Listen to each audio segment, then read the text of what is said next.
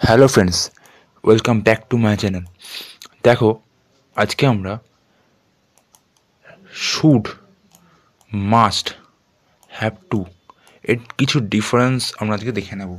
এগুলো কিন্তু অনেক সময় আমরা ভুল ইউজ করি, তো সেই ইউজগুলো আজকে আমরা একটু কারেক্ট করে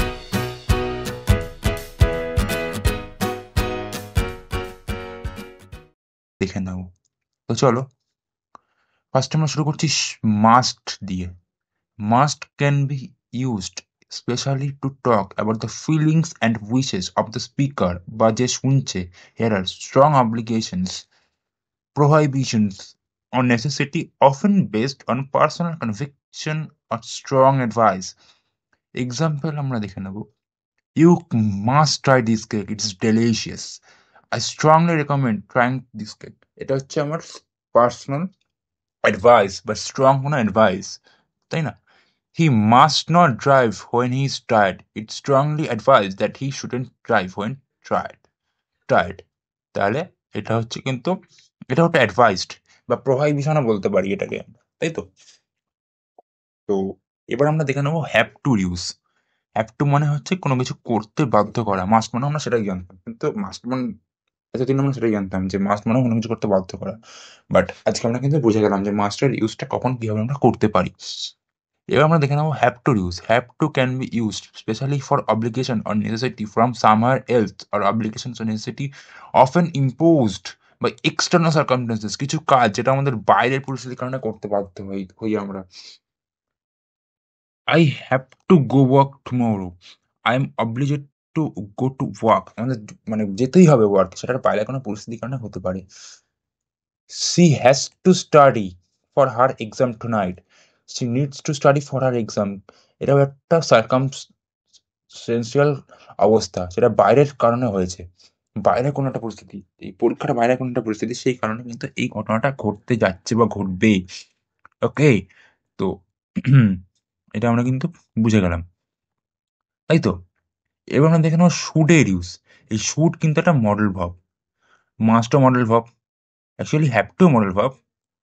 অ্যাকচুয়ালি এই হ্যাপটোটাও মডেল ভাব। এবার মডেল ভাব কি বা মডেল ভাবের ডেফিনিশনস কি রয়েছে বা মডেল ভাব কাকে বলে সেটা তো আমি ভিডিওতে ডিটেলসে বলবো না। অলরেডি আমি আলোচনা করে গেছি। মডেল ভাব, অ্যাডভান্সড মডেল ভাব সব আলোচনা করা আছে। আমি আই বটমে লিঙ্ক দিয়ে দেবো, তোমরা চাইলে দেখে নিতে পারো। ভিডিওর ফার্স্ট থেকে লিঙ্কগুলো শো করবে এবং ডেসক্রিপশনেও বা এন্ড স্ক্রিনে আমি দিয়ে দেবো, সব থেকে বেটার হবে। আর তোমরা চাইলে প্লে লিস্টটা ভিজিট করে দেখে নিতে পারো। তো চলো এবার আমরা শুটটা পড়ে নিই।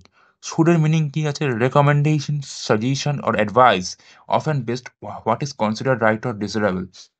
যখন কোনো কিছু ঠিক মনে হবে সেটাই আমরা করতে বলবো শুড দিয়ে। এক্সাম্পল সেন্টেন্সেস আমরা দেখে নেবো। You should try to arrive on time, it's recommend that you arrive on time. এটা করতে বলা হচ্ছে আর কি, এটাই এক্সপেক্ট করা হচ্ছে বা এটাই ঠিক বলে মনে করা হচ্ছে, এটাই কনসিডার করা হচ্ছে। He should take her break and rest, it's advice that she take a break and rest. এটা কিন্তু অ্যাডভাইস করা হচ্ছে। কি ডিফারেন্সেস, এবার আমরা কিছু ডিফারেন্সেস দেখে নেবো যে এবার একটা ব্রিফ আমরা দেখে নেবো, একটা নাটশেল পড়ে নেবো। Have two implies external obligation while must implies internal conviction or strong advice। এটাই বললাম, হ্যাভ টু মানে হচ্ছে এক্সটার্নাল, কোনো বাইরের পরিস্থিতির কারণে কোনো কাজ করতে বাধ্য করা। মাস্ট মানে কোনো ভিতরে কোনো ব্যাপার আছে বা স্ট্রং কোনো অ্যাডভাইস দিচ্ছে, সেটা বাধ্য করা।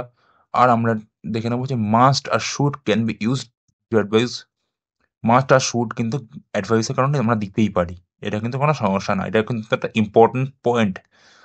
এটা কিন্তু আমি বারবার হাইলাইটস করছি, এই জায়গাটা কিন্তু ইম্পর্টেন্ট আছে যে মাস্ট আর শুড কিন্তু আমরা can be use to give advice, সেটা কিন্তু আমরা ইউজ করতেই পারি। While have to is more about obligations. Have to মানে কিন্তু অব্লিগেশনস বোঝানো হচ্ছে বা ডিউটি বোঝানো হচ্ছে বা নেসেসিটি বোঝানো হচ্ছে, তাই তো? এই জায়গাটা কিন্তু ইম্পর্টেন্ট একটা পয়েন্ট পেলাম আমরা, এই পয়েন্টটা কিন্তু যথেষ্ট ইম্পর্টেন্ট। সরি, এই পয়েন্টটা যথেষ্ট, এই পয়েন্ট এই পয়েন্টটা যথেষ্ট ইম্পর্টেন্ট একটা পয়েন্ট আমরা পেলাম। ওকে, দেখে নিই আমরা এরপরে কি রয়েছে।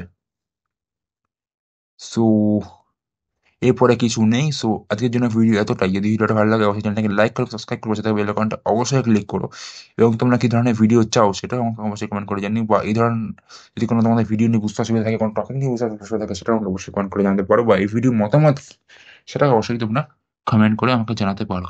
So till then, good by.